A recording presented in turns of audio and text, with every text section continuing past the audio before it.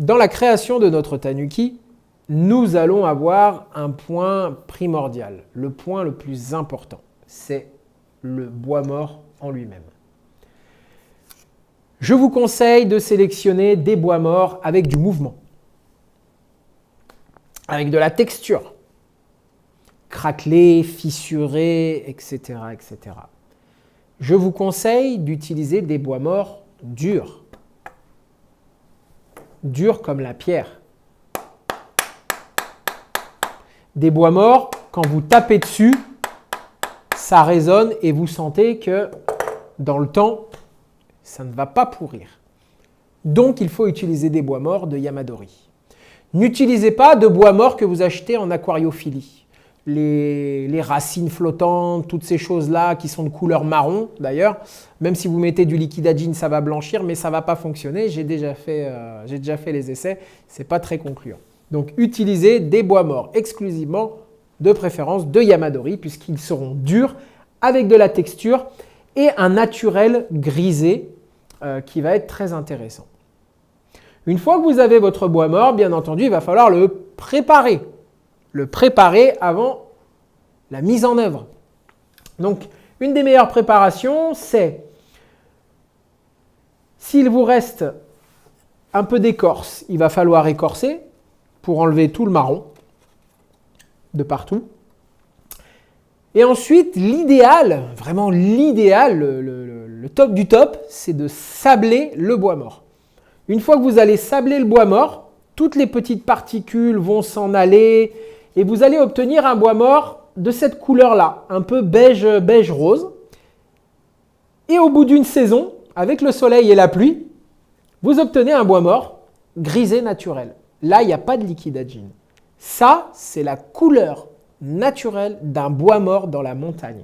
C'est-à-dire que sous l'effet de l'eau et du soleil, l'eau, soleil, eau, soleil, notre bois mort va passer, regardez, on le voit, ça c'est le dessous de l'arbre qui a été sablé, qui n'est pas exposé au soleil.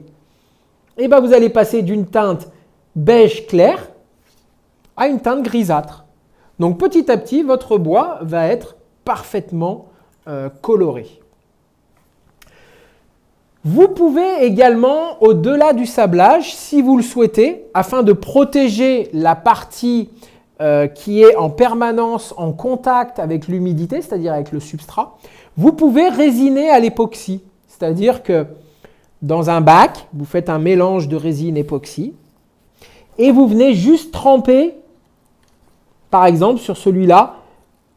Après, il y a une autre méthode pour pas que ça reste humide, je vous montrerai.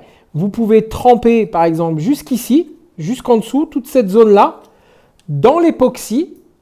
Vous le ressortez, vous l'égouttez bien et vous laissez sécher. Comme ça, toute cette zone, elle est vraiment préservée de l'humidité constante.